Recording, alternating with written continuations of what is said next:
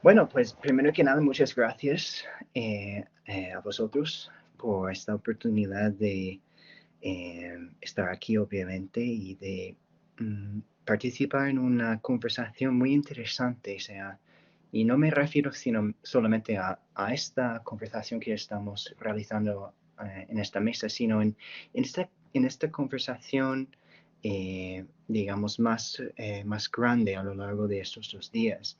Agradezco mucho la oportunidad de participar, digamos, como a cierto punto como un representante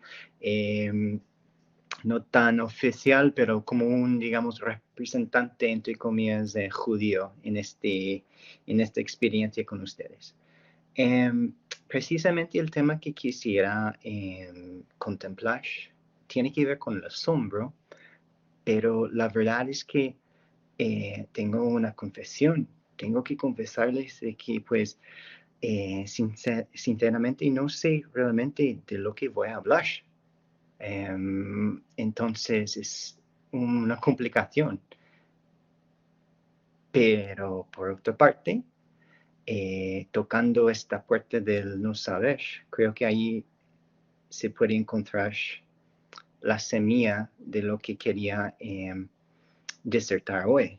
Explorar sí, explicar no. A mi entender, el asombro es un término ambiguo relacionado al no saber. Un término ajeno, digamos, a las etiquetas, a las clasificaciones, al deseo, o sea, al afán, podemos decir, en nuestra sociedad contemporánea de querer saberlo todo ya al instante y en menos de medio segundo. Y yo creo, pues, estoy realmente agradecido por haberme encontrado con el pensamiento del filósofo catalán John Charles Melick. Seguramente, por lo menos, algunos de ustedes o eh, algunos de ustedes en el público ha leído a Melick, que se preocupa mucho por lo que está pasando en nuestra sociedad contemporánea, más que nada en torno al deseo de querer saberlo todo ya. Él, como creo que ustedes saben perfectamente, era discípulo, estudiante de otro personaje, quizás del ámbito, entre comillas, más religioso, teológico, cristiano, eh, Louis Duc, quien también se preocupa mucho por lo que está pasando con el día de hoy. ¿Y qué está pasando? ¿Y qué tiene que ver con el asombro? Yo creo que es importante tratar de entender a lo largo de personas tales como Melick y Duke. Yo creo que es importante tratar de entender lo que nos está pasando o a lo mejor a lo que, podemos decir es nuestro ámbito contemporáneo. Un ámbito, para hacer un resumen súper breve, de mucha prisa y una falta de atención.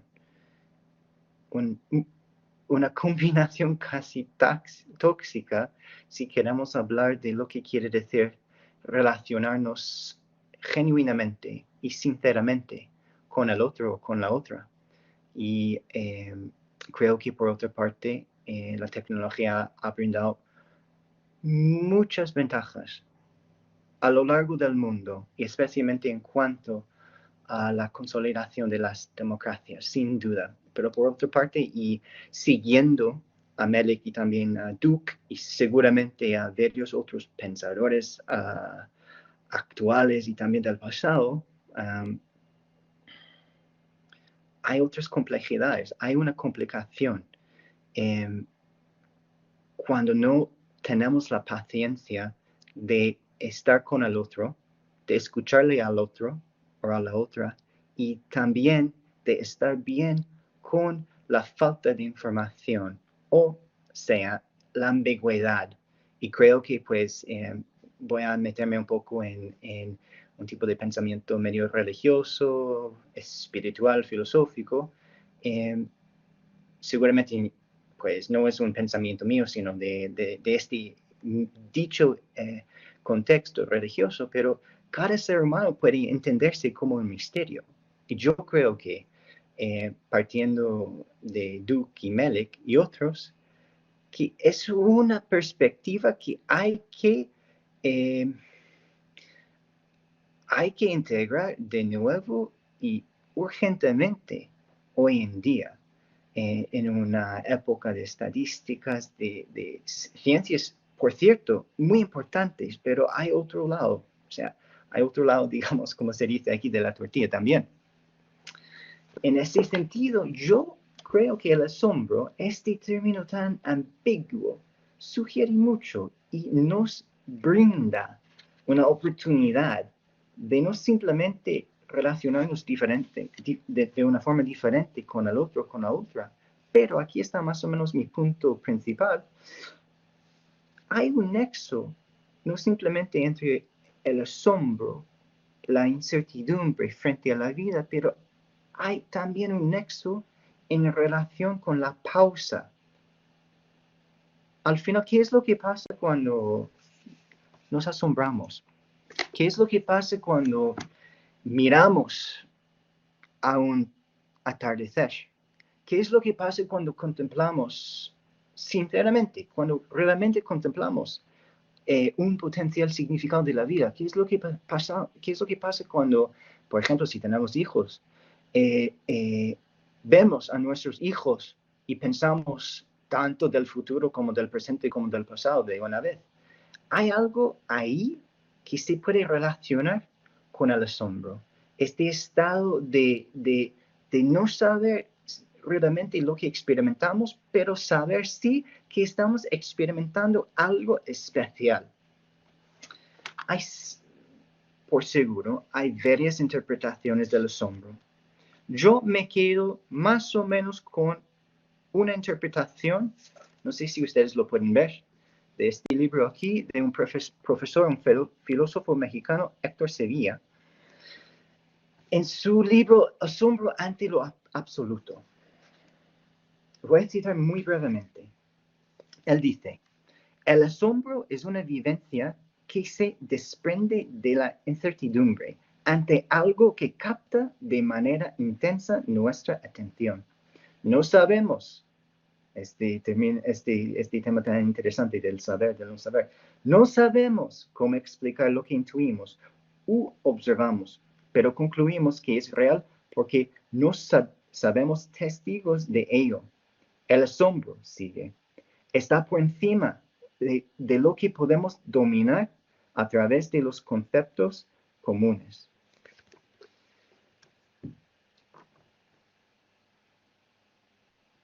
En una edad caracterizada tanta por la tecnología, por la prisa, creo que el asombro sinceramente es un paradigma divergente.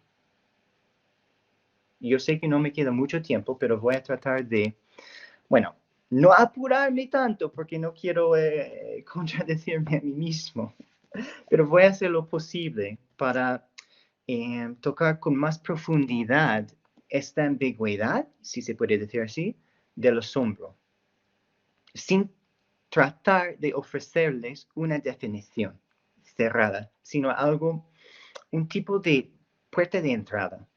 Y yo creo que una puerta de entrada se encuentra seguramente en todas las religiones, pero yo parto en mis estudios y también mi formación y intereses también desde el judaísmo y el judaísmo contemporáneo. Hay dos personas del siglo pasado que creo que nos ofrecen mucho en torno a cómo podemos empezar a entender esta cuestión del asombro. Lo interesante es que cada uno, desde mi propia lectura, ofrece una idea diferente en torno al asombro. El primero seguramente ustedes ubican esta figura, es más bien reconocida en los ámbitos filosóficos contemporáneos, Franz Rosenzweig. Y salió hace poco una traducción más o menos nueva de se llama, entre comillas, el librito. Formalmente se llama el librito del sentido común, sano y enfermo. Aquí está, si quieren verlo. Y en muy pocas palabras, Rosenzweig, un pensador biológico del siglo pasado, de formación judía, pero muy filosófica, se pone, a mi entender, en contra del asombro. Él encuentra el asombro como una barrera en cuanto a nuestra entrada más sincera a la vida. Él se preocupa mucho por el riesgo de pararnos en el asombro.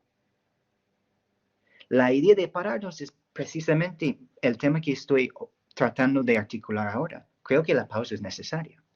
Rosenzweig, evidentemente, vivió mucho antes de nuestra época. Sin Facebook, Instagram, TikTok y todo esto, quizás si hubiera vivido, tendría una opinión diferente, no sé. Pero él se preocupa mucho por la tendencia de encerrarnos en un círculo de pensamiento sin fin. Él lo llama más o menos el asombro del filósofo. Él está más a favor del asombro, digamos, de entre comillas, del hombre común. ¿Y qué quiere decir este asombro del hombre común, por ejemplo? Que básicamente reconocemos que experimentamos el asombro cuando somos niños, jóvenes, pero que aceptamos, según Rosenzweig, la necesidad de aceptar el paso de entrar este río, como dice él, de la vida. Aunque hay una tentación de pensar en círculos, hay que aceptar cierto punto que no sabemos y simplemente empezar a vivir. Para Rosenzweig, este asombro es un problema y por simplemente dejarlo básicamente y la tentación de pensar demasiado atrás, nos ponemos, digamos, en el río de la vida y ya está. No estoy tan convencido de esta postura. Precisamente por lo que estuve hablando, compartiendo a partir de Melich, por ejemplo, y Duke, en torno a la sociedad contemporánea. Yo me encuentro más al lado del pensamiento de otra figura judía del siglo pasado. Él se llama Abraham Joshua Heschel, rabino, filósofo, a cierto punto un poeta también, polaco-americano. Murió en 1972 en New York. Un libro principal suyo, quizás lo han leído, se llama El Shabbat, su sentido para el hombre moderno. Y este libro y también otro libro suyo que se publicó de manera muy curiosa en 1955, el mismo año, como creo que saben perfectamente, en el que publicó su libro, María Zambrano, una de sus obras principales. Heschel está mucho más a favor de relacionarnos diariamente y constantemente con el asombro. Pero hay un matiz aquí, y voy a empezar a concluir porque quiero respetar los tiempos ahora. Aunque Rosenzweig se pone en oposición al asombro y Heschel a favor, hay un matiz en el pensamiento de Heschel. Heschel no está a favor de encerrarnos sin terminación o fin en nuestro propio pensamiento. Podemos imaginarnos en una cueva espiritual para pensar en voz alta de una metáfora. Heschel no estaría de acuerdo en quedarnos ahí para siempre. Estaría a favor de quedarnos ahí, digamos, por lo menos por un día, un día especial de la semana que se llama Shabbat. El punto de Heschel es que hay que salir de esta cueva. Obviamente, habiendo sido impresionados, impactados por el asombro, pero siempre con la intención de volver. Para Heschel hay una pregunta muy clave y con esto cierro, porque creo que termino mis minutos quedan pocos. Heschel nos ofrece el siguiente pensamiento,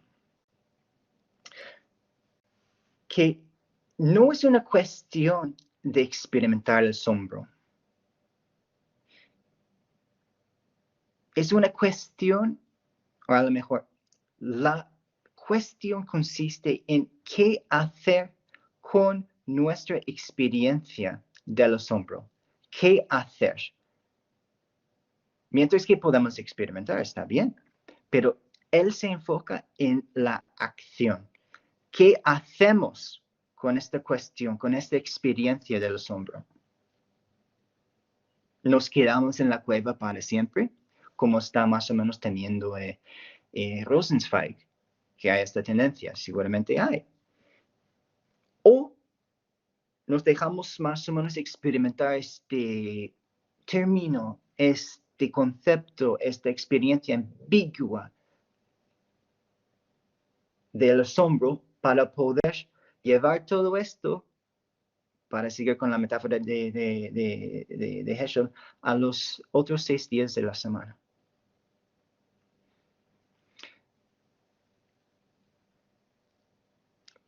Para concluir brevemente, el asombro es algo ambiguo, creo que se puede decir. Más aún, si queremos tratar de acercarnos un poquito más en lenguaje humano, es algo que se identifica sumamente con la ambigüedad y la incertidumbre y el no saber. Y esto está perfectamente bien y yo agregaría necesario hoy en día. Pero no es una cuestión de simplemente quedarnos con estas reflexiones, sino de experimentarlas y siguiendo a Heschel, experimentarlos para poder salirnos de la cueva, entre comillas, con el fin de estar con el otro o con la otra, más o menos la figura, la presencia, o sea, la esencia que simboliza el gran misterio de la vida y la gran incertidumbre que está presente por todas partes y en todos momentos. Con esto termino. Espero que esté más o menos dentro de los límites del tiempo y muchas gracias por su atención y muchas gracias por escucharme y por la oportunidad de explorar de una forma un poco abstracta estas ideas. Gracias. Bueno, igual que mi predecesor, Jordan, agradecer esta oportunidad en este simposio y nada, sin paños calientes por el tiempo. Es cierto que la realidad del dolor y del sufrimiento de todos los seres humanos es una realidad ineludible e inevitable y que todo hombre alguna vez en su vida lo va a experimentar. Y es por ello que se hace necesario un redescubrimiento de este valor salvífico del sufrimiento, porque el sufrimiento comienza con la vida, influye profundamente en el desarrollo y solo concluye con la muerte, y no podemos pues ser ajenos a esta realidad del ser humano. Mi comunicación es un trabajo que ofrece diferentes opciones y puntos de reflexión que da soluciones diferentes a esta sociedad tecnificada que nos propone de forma masiva y sin alternativas procedimientos para acabar con el sufrimiento y el dolor humano, como son simplemente y llanamente el aborto, la eutanasia, eugenasias liberales. Y se hace pues necesaria una reflexión sobre el carácter creador del sufrimiento a la luz del amor desinteresado del Evangelio, donde el sufrimiento es vencido por el amor y donde se da una respuesta planteada desde la antigüedad del pueblo creyente, del pueblo de Israel, materializada en el libro de Job. en el capítulo 10. ¿Por qué entonces me sacaste del vientre? Habría muerto sin que nadie me viese, y sería como si no hubiera existido, arrastrado del vientre a la tumba. ¿Para qué venir a este mundo si venimos a sufrir? Pero es que a través del sufrimiento se nos puede plantear la realización de un bien mayor. La medicina es, en cuanto en tanto ciencia y a la vez arte de curar, es el campo para explorar alternativas que transformen la cultura actual de la muerte y del sufrimiento en una cultura de la vida que da un carácter creador por medio de alternativas a la eliminación de la vida del que sufre o del que, entre comillas, no merece vivir porque viene a este mundo a sufrir. Así pues, el sufrimiento es una experiencia humana inevitable. El hombre conoce y tiene presentes también los sufrimientos del mundo animal. Sin embargo, lo que expresamos con palabras o con la palabra sufrimiento pertenece a la esencia del hombre, ya que es el hombre quien manifiesta a su manera la profundidad propia que le es inherente del sufrimiento. El sufrimiento pertenece a la trascendencia del hombre. La preocupación por el dolor es de vital importancia, dado que hoy en día también pues, han disminuido los niveles de tolerancia al dolor, al sufrimiento, y se han creado miedos patológicos, enfermizos al dolor y al sufrimiento. Un sufrimiento que se ve como una maldición o como un absurdo. Se advierte también una pérdida de un sentido humanizante y trascendente del sufrimiento derivado del dolor, que urge pues recuperar porque se olvida que el sufrimiento posee una dimensión de superación y un carácter trascendente, como decía. La sociedad moderna nos ha ocultado o quiere ocultar esta cuestión sobre el sufrimiento, la silencia o la suprime de alguna manera, concentrando sus esfuerzos en aliviar, en disminuir el sufrimiento de manera directa o indirecta, y existe con esto una actitud que incapacita al hombre a soportar el dolor y aumenta pues con ello una espiral de sufrimiento, pues no se enseña a sufrir, como tampoco se enseña a morir, como la realidad de la muerte es ineludible y es la que nos pone frente a frente constitutivamente con lo que somos seres limitados, finitos, débiles y frágiles. El hedonismo y los beneficios aportados por la ciencia médica, mayoritariamente la anestesia y la analgesia, son estas fuentes primarias de la sociedad moderna con las que el hombre se ha familiarizado para ocultar, silenciar o paliar el dolor, pero esta algofobia constituye no solo una disminución, un paliativo al sufrimiento, sino que también además es una plaga social, porque no solo se pretende abaratar, sino liquidar el mal y el sufrimiento, creando una cultura, en palabras de Polaino, en la cual sufrir tiene mala prensa, pues el dolor es un disvalor. El hombre moderno ha caído en el engaño de que el sufrimiento puede y debe ser erradicado, algo que es totalmente imposible. Sobre el sufrimiento debe afirmarse que tiene 5 realidades esenciales, según Tracy, que es que nadie escapa al sufrimiento, que es inevitable en nuestra vida, que viene provocado por nuestras propias experiencias vitales y se le puede dar respuesta y sentido desde la realidad de la cruz de Jesucristo, y en último lugar, que es necesaria una reflexión sobre el mal que provoca el sufrimiento. Ojo, la fe no capacita para que podamos evitar vivir sin dolor, sin sufrimiento, ni impide la queja inmediata. Al contrario, la existencia del sufrimiento nos proporciona un reto a la razón y a la propia fe del creyente. Y entre las experiencias del sufrimiento derivados del dolor nos encontramos con la enfermedad y la discapacidad e incluso con el descarte de personas en tanto en cuanto vienen a este mundo a sufrir una enfermedad diagnosticada durante su gestación o con los padecimientos acaecidos y agudizados a lo largo de una enfermedad, una discapacidad o por la edad avanzada. Es por ello que para erradicar el sufrimiento propio o el que se puede generar en su entorno, la sociedad moderna ha buscado, por así llamarlas, sus soluciones. Como decíamos al principio, la analgesia, pero siguiendo el transcurso natural de la vida, en el inicio de la vida, pues tenemos los diagnósticos pre-nacimiento del ser humano, con el diagnóstico prenatal y el diagnóstico genético preimplantatorio, que mayoritariamente van encauzados a la tercera de las soluciones, que es el aborto. encaminadas a erradicar el sufrimiento que se entrecruzan dando una sola respuesta: la erradicación del ser en gestación por medio del aborto, como la primera de estas propuestas. Con el diagnóstico prenatal entraría pues esta cuestión, esta solución dentro de unos límites deseables de control de un embarazo, ya que es útil para prevenir ciertas anomalías en el niño gestado que pueden recibir de forma precoz un tratamiento. Pero en segundo lugar tenemos el diagnóstico genético preimplantatorio como selección de embriones generados por métodos de reproducción asistida y que, utilizadas por parejas fértiles afectadas por alguna enfermedad genética hereditaria, pretenden generar un bebé que no padezca esa patología o esa característica genética determinada. Y una vez generado el embrión, la vida que ellos creen que es la buena, todo lo demás es descartable y todo lo demás son seres humanos.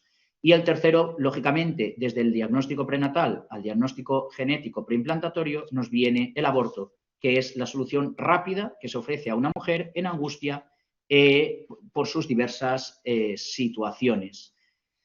No me extiendo en esto porque todos conocemos la realidad o conocemos mayoritariamente la realidad del aborto, y en el transcurso final de la vida y en el devenir de la vida, la enfermedad y la muerte, tenemos que la enfermedad nos hace vivir con varias discapacidades o enfrentados a una enfermedad y a la limitación, con la inevitable realidad de que vamos a acabar a nuestra ayuda, no sé qué ha pasado en la pantalla, a nuestra ayuda para paliar o acabar con este dolor en fase final, nos proponen ya no el aborto, lógicamente, sino la eutanasia como solución posible.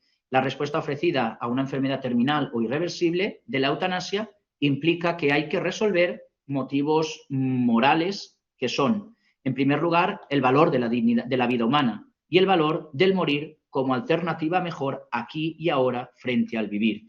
Sería bueno mirar el numeral 2258 del Catecismo de la Iglesia Católica, donde la vida del ser humano ha de ser tenida como sagrada porque es fruto de la acción creadora de Dios. No se puede, pues, proporcionar como simple respuesta alternativa a la vida la antitética de la eliminación de la misma, por breve tiempo que falte para que esa vida finalice. Por lo tanto, el dolor no es algo abstracto, no existe como tal, sino que existen personas dolientes. Y estas reclaman no padecer con dolor, ser valoradas, consoladas, escuchadas, ser acompañadas, tener la seguridad ante la incertidumbre de la muerte, ser tratadas y cuidadas con profesionalidad, sino con excelencia.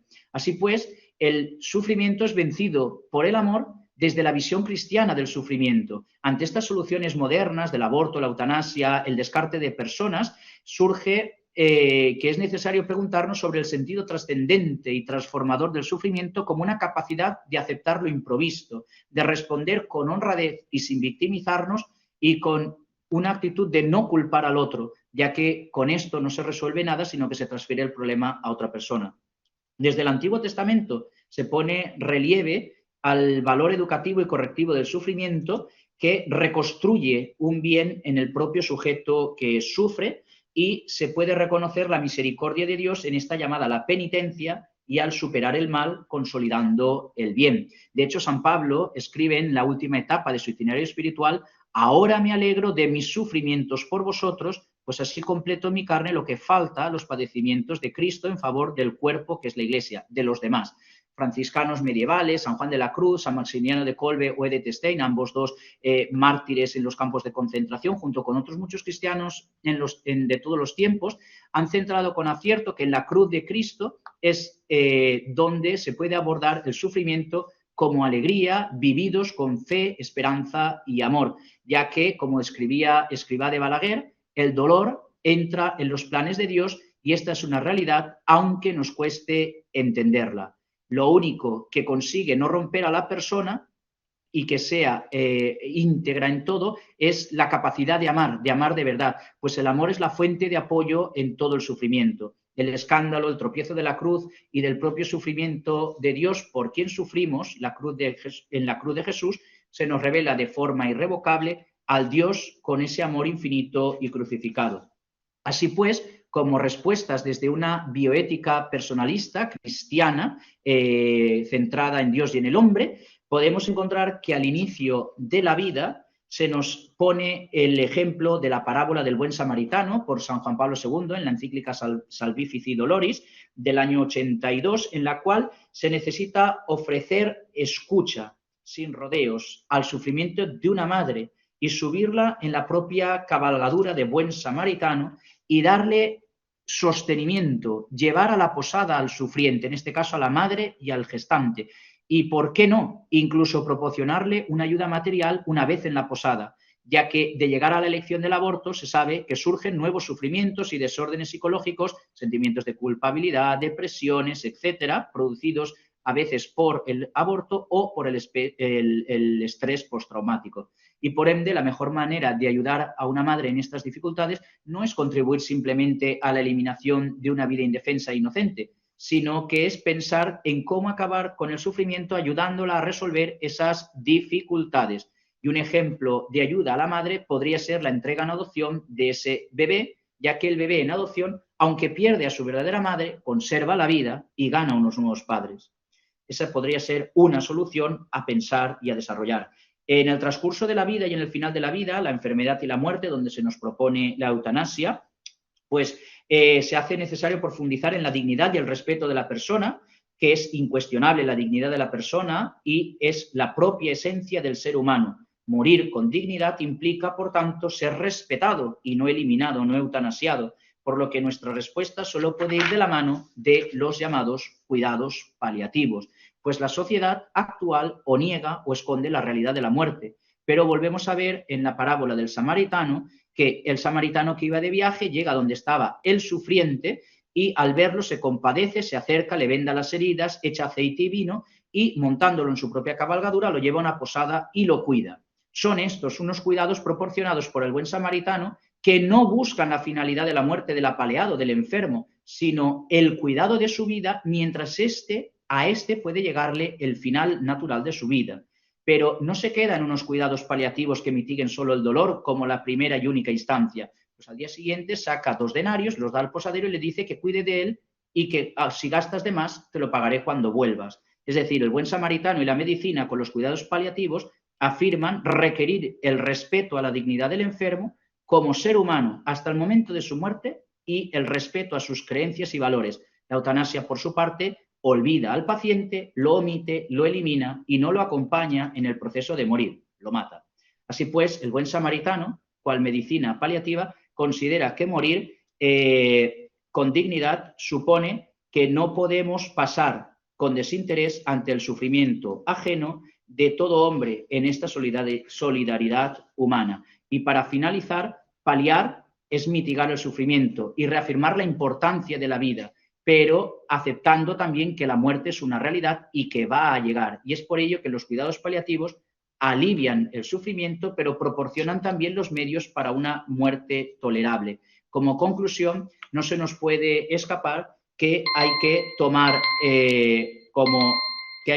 como realidad que la muerte en la sociedad debería facilitarse al paciente un lugar rodeado del cariño de los suyos, del amor familiar, dado que cuidar y acompañar es en parte una atención integral al enfermo, incluso cuando no se puede curar.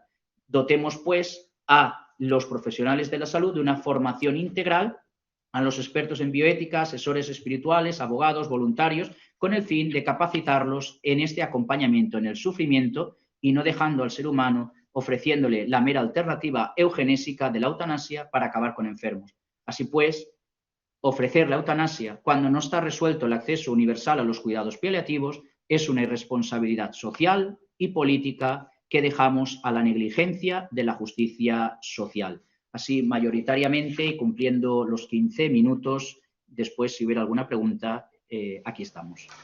Bueno, este nuevo acercamiento a la interioridad agustiniana, el fenomenológico, empezó a notarse en el panorama filosófico continental a partir del año 1993 y en los 5 años posteriores se consolidó el llamado renacer de la hermenéutica agustiniana, motivado por la creciente investigación sobre la influencia del pensamiento de San Agustín en el Ser y Tiempo de Martin Heidegger. Este movimiento filosófico ha creado lazos de unión entre dos mentes tan distantes en tiempo e ideas e hizo virar la fenomenología hacia unas ramas nuevas cristianas, lo cual se ha llamado fenomenología agustiniana o fenomenología de la encarnación. ¿Y por qué este interés de los fenomenólogos por San Agustín? Bueno, el primer vistazo a las confesiones es suficiente para afirmar que el hiponense filosofa a partir de la experiencia personal.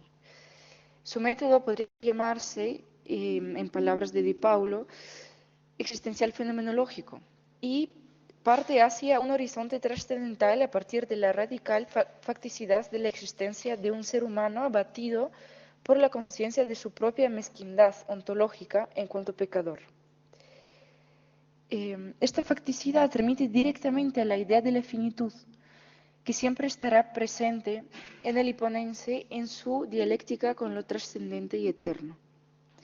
El término que determina la finitud del compuesto corpóreo espiritual desde una perspectiva fenomenológica es traducido al español como peso, aunque Agustín utiliza dos términos en latín, onus y pondus, con una diferencia notable de significado, como se verá más adelante. En los soliloquios, Agustín manifiesta un interrogante al que estará dando respuesta toda la vida. Cito el famoso pasaje del diálogo de Agustín con la razón. He rogado a Dios. ¿Qué quieres pues saber? Todo cuanto he pedido. Resúmelo brevemente. Quiero conocer a Dios y al alma. Nada más, nada más. Fin de la cita. El interrogante por el ser de uno mismo, el alma, y de su propio origen y fin, Dios, allana el camino de la conversión en el hombre nuevo, el hombre espiritual, y lo hace a través de la conciencia de ser peso. Factus eram ipse magna quaestio, escribe Agustín en el libro 4 de las Confesiones, describiendo la angustia de su alma. Las traducciones ofrecen aproximaciones variadas. Me había hecho a mí mismo un gran lío, como figura en la traducción de la BAC. Estaba yo trocado en un confuso enigma sin entenderme a mí mismo, según la editorial Austral, y me había convertido en una pregunta para mí mismo, en la traducción de Falke. Pero todas estas apuntan a la soledad de joven Agustín que se enfrentó con el misterio de su propia existencia, que se le mostró en su terrífica desnudez a la vez que el misterio de la muerte, al fallecer su amigo. La conciencia de la finitud humana y el doloroso porqué de la vida introducen en las confesiones el tema del peso. Soy una carga para mí mismo, escribe el autor. El peso, en este caso es el onus, empieza a cobrar su significado en las confesiones, empezando por la aflicción de la finitud. El concepto de la finitud, en este sentido, remite tanto a la muerte como a la vida. El pesar de la vida es la muerte. Lo es tanto a nivel existencial como espiritual, porque la finitud ontológica se entrelaza con la pecaminosidad. De ahí que la pregunta por el alma, por el ser de uno mismo, nace de la conciencia de propia finitud. Y es un interrogante que angustia porque precisamente el poder trascender su propia finitud para preguntarse por ella y por el más allá de ella manifiesta el ser capaz de ese más allá de la propia finitud. Dicha contradicción interna genera un conflicto existencial. El ser humano se siente una carga para sí mismo porque se siente incapaz de ser realmente uno mismo. Ese uno mismo verdadero que desconoce el peso del pecado. La radical experiencia de sí mismo, en cuanto misterio, causa inquietud y angustia porque abre un hueco gigante en el interior. que nada es capaz de llenar y se experimenta como una ausencia de sí mismo dentro de sí mismo. Se podría afirmar al respecto que las confesiones en su totalidad es un intento de convertir esta ausencia en una presencia real, fundada y anclada en lo imperecedero. La sublime exclamación agustiniana, tarde te amé, que aparece en el libro 10, con razón no aparece antes. Y el libro 10 cierra propiamente las confesiones como relato de conversión personal. Dicha exclamación manifiesta con dolor toda esa vida de ausencia de sí mismo, narrada a lo largo de los siglos anteriores. Cuando Agustín encuentra a Dios, encuentra también a sí mismo. Cito: y he aquí que tú estabas dentro de mí y yo fuera, y por fuera te andaba buscando, y deforme como era, me lanzaba sobre las bellezas de tus criaturas. Fin de la cita. Llenar la ausencia de sí mismo para sí mismo significa volverse uno mismo hacia sí y escuchar el clamor del absolutamente otro para devenir completamente uno mismo. Por eso, cito, cuando yo me adhiere a ti con todo mi ser, dice Agustín, ya no habrá más dolor ni trabajo para mí, y mi vida será viva, llena toda de ti. Pero ahora, como al que tú llenas, lo elevas, me soy una carga a mí mismo porque no estoy lleno de ti. La ausencia interior que uno es para sí mismo se explica como carga o peso en el sentido peyorativo, porque a la hora de llenar su interioridad, el ser humano puede elegir entre hacerlo con la presencia de Dios o de sí mismo. La última opción se convierte en un círculo vicioso de la inquietud. Yo me peso porque no me encuentro, soy una pregunta para mí, y busco una respuesta a quien soy fuera de mí mismo, lanzándome sobre las bellezas de las criaturas, ¿no? En palabras de Agustín, y como consecuencia lleno mi interior de las concupiscencias o exterioridades, por lo cual vuelvo a pesarme más.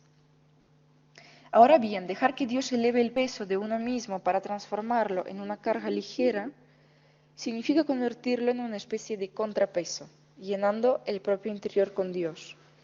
Y este peso positivo Agustín llama pondus.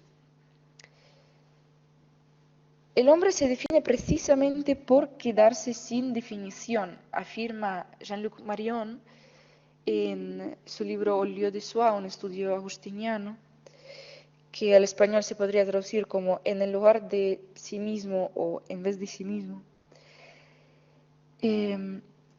Ahora bien, se halla por un lado el imago Dei y por otro lado el pesar de la vida de un hombre carnal.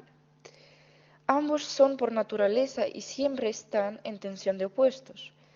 La imagen de Dios es una impronta viva e imborrable que diferencia el género humano de las demás criaturas. Sin la corporeidad, el ser humano no es tal. Agustín crea una sinergia entre ambos polos del opuesto humano con el concepto de orden y con la idea de una tendencia constante al ser en cuanto que tendencia al orden. Por ello también el peso onus tiene un contrapeso que lo ordena al ser o a Dios, el peso pondus o amor. El ser pregunta del hombre, abatido por la angustia de no encontrarse, solo obtiene una respuesta en aquel cuya imagen está hecho. Marion se expresa sobre la esencia humana en términos de ausencia. Su esencia es ausente, entre comillas, pero no en el sentido metafísico, sino más bien intuitivo, fenomenológico, en cuanto que la esencia del hombre no está en él mismo, no señala a él mismo, al hombre. Es una esencia referencial al absolutamente otro. El hombre es más hombre cuanto menos es sí mismo y más otro mismo. Bueno, hombre en el sentido de ser humano, obviamente. Es una esencia referencial al absolutamente otro. Parecerse a Dios es una imposibilidad ontológica salvada por el hecho de la encarnación, por el cual es Dios el que se pareció al hombre, creado a su propia imagen. Igual que Dios divino absolutamente otro en cuanto a la naturaleza doble de Cristo, el ser humano se realiza como tal reflejando cada vez más a Cristo. En palabras de Agustín, llenándose de Dios, adhiriéndose a su ser. En palabras de Marión, convirtiéndose esencialmente referencial al otro yo. Cito, más íntimo a él que él mismo, que su esencia faltante. Fin de la cita.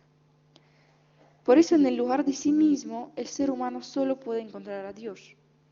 La respuesta a su ser pregunta siempre se halla en la interioridad humana, el templo de la imagen del otro. Lo más propio del ser humano es lo más impropio de él. El hombre nunca puede hallarse en sí mismo porque su ser uno mismo es ser otro. Agustín explica que cada cosa que existe tiene su peso propio en virtud de la materialidad. Cada ente es movido hacia abajo si es más pesado y hacia arriba si es más liviano. Que una piedra pese de manera que sea atraída hacia abajo significa que la tierra se convierte en su lugar propio. Igual que en el caso del fuego, su lugar es el cielo, porque el fuego tiende hacia arriba. Agustín usa la palabra lugar en el sentido espacial para estos ejemplos, pero evidentemente pretende significar con ellos una realidad espiritual. Es el lugar propio de una sustancia en virtud de su grado de ser. Como en el ser humano las sustancias son dos, según Agustín, cuerpo y alma, el peso físico le atrae hacia la tierra, mientras que la impronta de Dios en el alma hace que por naturaleza tienda al cielo. Si lo existente es movido por su peso, y este movimiento es una tendencia a la estabilidad, es decir, a su lugar, a encontrarse a uno mismo, el ser humano nunca gozará del reposo porque el peso onus de la vida siempre lo alejará de ese lugar propio. Pero las cosas se ordenan y descansan, como dice Agustín. Iniciarse en el orden del amor es el primer y necesario paso para alcanzar el reposo ansiado. El efecto que el orden produce en el alma se puede expresar en términos de ascenso, subida por las ascensiones dispuestas en nuestro corazón. Subir significa adherirse cada vez más a lo imperecedero con el amor. Mientras uno asciende, su peso se alivia y su tendencia natural cambia de sentido. La tendencia connatural al lugar es la que pone en marcha la inquieta búsqueda del espíritu humano que no desea conocer más que a Dios y al alma, siendo Dios este lugar ansiado. El amor pondus devuelve al ser humano en su totalidad corpóreo espiritual a su lugar propio, que está dentro de uno mismo, en lo más íntimo de su ser, pero a su vez infinitamente fuera de él. El amor es lo que llena la interioridad humana de Dios, de manera que ella empieza a pesar hacia arriba, digamos así, ¿no? Comienza a pesar con el peso de Dios. Muchas gracias. Okay, thank you.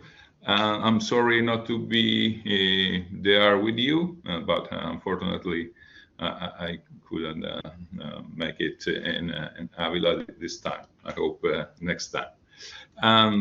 Very briefly, my presentation is about a potential new kind of anthropology, and especially related to neuroethics, which is a new discipline, which is based on new findings in neuroscience. So the basic idea is that we are confronted with a strong push for naturalism.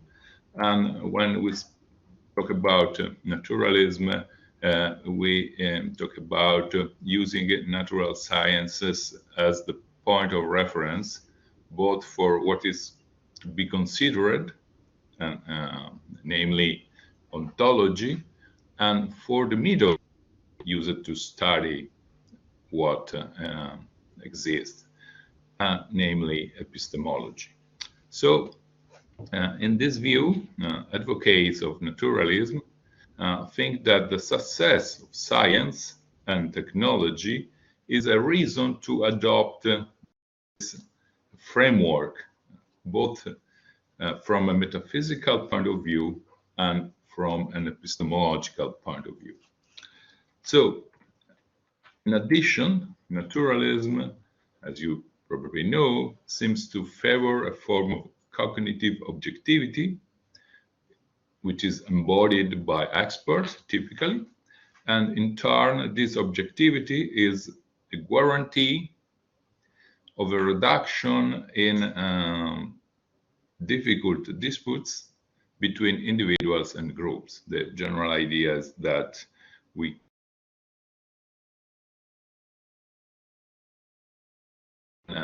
problems who are experts in the field at hand.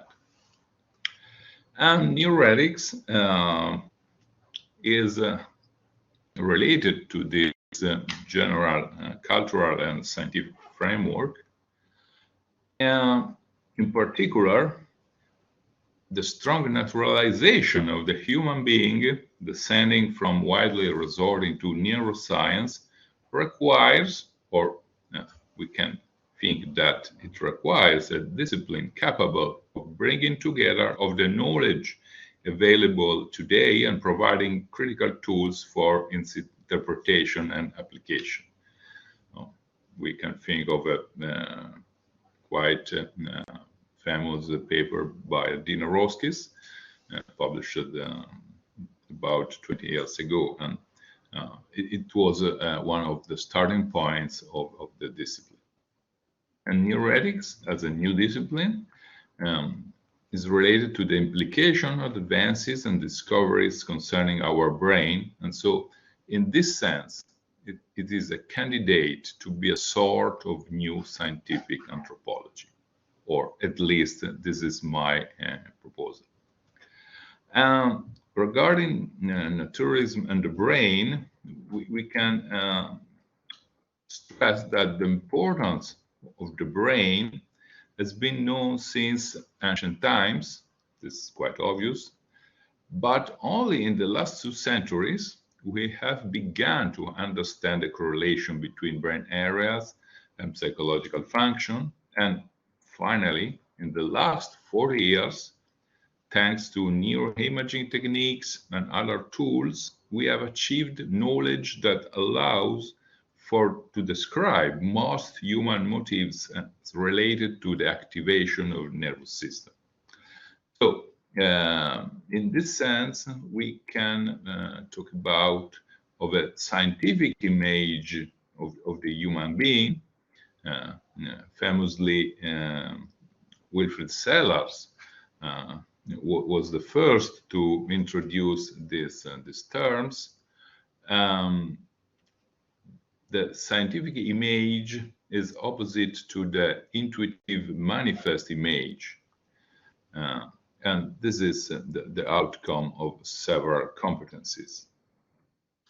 And for those who can see my slides, the picture depicts Wilfrid Sellars.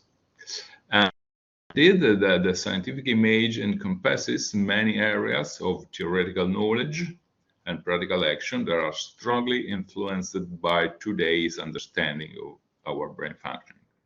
So, based on these premises, obviously, I'm aware that it's too brief, but we have just a quarter of an hour. Based on that, we can talk about potential new anthropology. Obviously, this is Immanuel Kant. And the scientific characterization gives this endeavor a particular meaning, since the sciences we are talking about are substantiating the brain-centered methodological hypothesis, an hypothesis according to which the brain is the only organ to be studied, so to understand the human being. To make a very long history short, we can say that a important moment in this transition is given by the discovery of a specific area in the brain, the so-called language area, by the neurologist Paul Pierre Broca. Broca was also involved in the redefinition of anthropology as a scientific and physiological study of the human being, as opposed to the cultural approach. This is Broca, and in Broca and his thought and in his cultural efforts to divulge this approach, he tried to trace mental function back to the functioning of the brain, and the translation of this materialist perspective into a broader social text merged. So the new anthropology is something related to a materialist view of the human being, strictly based on their brain functioning. And just as an example, the so-called neurolaw can be understood as a new application of this anthropology. Neurolaw is one of the sub-disciplines, so to say, that could be part of a scientific anthropology. We know that cognitive science tells us that many of our decisions are made automatically and without our conscious participation, often under the influence of environmental clues. And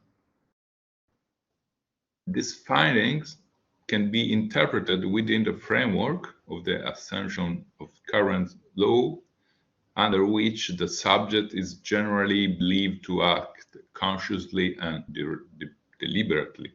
In this way, it becomes plausible to posit a reform of law, as some advocates of this view are trying to do. And this reform of law is based on the new knowledge concerning the unconscious or the automatic decision-making of individuals. So this is consistent with the proposal of an anthropology materialistic oriented. And this shift towards a naturalistic conception is interpreted by some proponents as an humanitarian term. This is quite interesting. They say that if all our choices are beyond our control, there is no room for blame, there is no room for merit, and therefore we are not entitled to punish anyone that have no specific merits for being in a better condition than others. But we also need to notice that this perspective can lead to unwanted outcomes as well.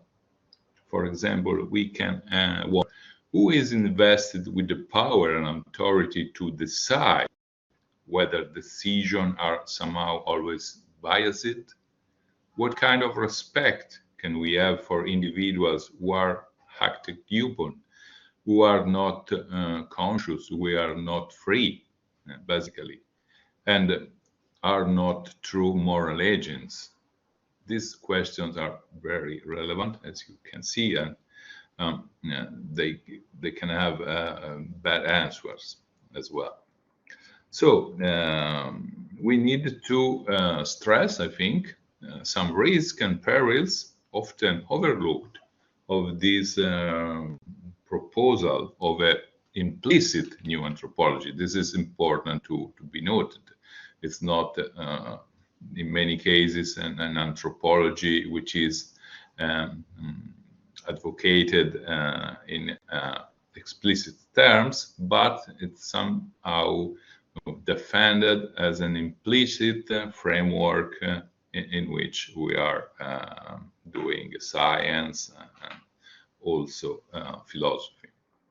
So in this sense, this neurocentered seems very much in tune with science, obviously, and its success, but some risks are hidden behind it. And in my opinion, the most significant risks are those related to a reduction of the individual's freedom, because the individual is reduced to a subject who is more acted upon by forces beyond their control than a real agent. So in this kind of anthropology, the individual is taken to be not free, but determined by the environment. And in addition, subjectivity and inner life are interpreted as byproducts of an evolution blind to cultural and spiritual aspects. This is another consequence and also risk. So very briefly, I'm going to conclude. A neurocentric or a brain-centric model directs all attention to the individual. And so we risk neglecting social aspects of our life. We can think of situations in which an individual is discriminated against in the workplace, and she becomes depressed and reduces her productivity. We can ask, how will she be induced to act by a cultural climate that is permeated, that's filled by this new anthropology? A possible response is that she will find a psychiatrist who will advise her to take a pill, an antidepressant. This phenomenon is quite risky because it does not consider the social level, the fact that there are power structures in society that are responsible of the situation. We cannot act as something which can be the result of this anthropological perspective, because this model is poised to describe the human being in these terms. So a naturalized anthropology risks imposing a reductionist view of the human being, and this can also reduce the legitimacy of religious or humanistic views that which are not based on naturalistic assumptions, as we know. And so, finally, I think that it's a mistake to reject totally the findings of neuroscience, for example, because they are not only largely true, they are something real, but they are also a most useful contribution to knowledge. When we know something about our brain, we can exploit this knowledge for the good, obviously. But I think that these new discoveries be contextualized, and one should not turn knowledge of a single mechanism into an explanation of the entire behavior. So think, for example, of mirror neurons. Some scholars try to explain everything of the being by using mirror neurons models, and probably it is a mistake. So I think this what we can do, and finally, the progress and practical success of the science should not turn naturalism and neurocentrism into one-size-fits-all paradigms, so to say, in every area of people's lives. And so I think that without renouncing rationality and the scientific method when they are appropriate, we should continue to consider our cultural, religious, and spiritual domains and needs as legitimate and very relevant to human flourishing. And I thank you for your attention, and I'm sorry for the technical difficulties and for not being there with you.